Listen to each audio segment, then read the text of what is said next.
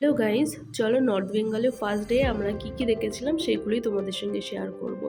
তো সেবক থেকে আমরা ব্রেকফাস্ট করে বেরিয়ে পড়েছিলাম। এবার পাহাড়ের শুরুটা তোমাদের দেখিয়েই ফেলি। দেখতেই পাচ্ছ চারিদিকে পাহাড়ের শুরুটা। আমার তো মানে আলাদা লেভেলের উৎসাহ ছিল দেখার জন্য। তো আমি তো হাঁ করে দেখতেই রয়েছি। তারপরে এলো তিস্তা। এতদিন বয়ে পড়ে এসেছি আর আজ সামনে থেকে দেখছি, জাস্ট অসাধারণ লাগছিল। আর তিস্তার জলগুলো এত সুন্দর, মানে পরিষ্কার, দেখো চকচক করছে। আমার তো মনে হচ্ছিল কতক্ষণে ওখানে নামবো জলে একটু। তো যাই হোক, কিছু করার নেই। দাদাকে বললেও, মানে ড্রাইভার দাদাকে বললেও দাদা বললো যে এখানে দাঁড় করানো যাবে না, মানে যেখানে সেখানে এখানে দাঁড় করানো যায় না। যাই হোক, তো কিছু করার নেই, দেখতে দেখতেই চলে গেলাম।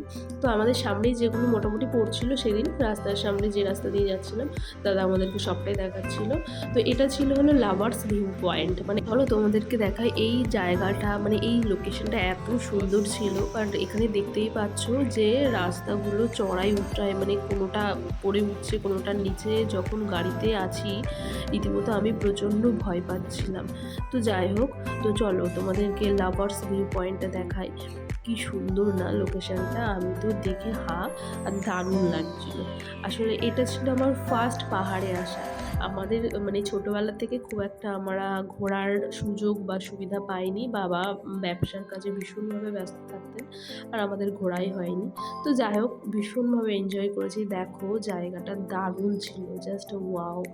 আমি তো মানে দেখে ফিদা রীতিমতো। তোমরা ভিডিওটা ভালো করে দেখলে বুঝতে পারবে কতটা উপরে ছিলাম আমরা নিচ থেকে। মানে পাহাড়ের রীতিমতো হাফ উপরে আমরা তো চলেই গেছি, আর এখনও যাব। তোমাদেরকে সেই সব ভিডিও আমি শেয়ার অবশ্যই করব।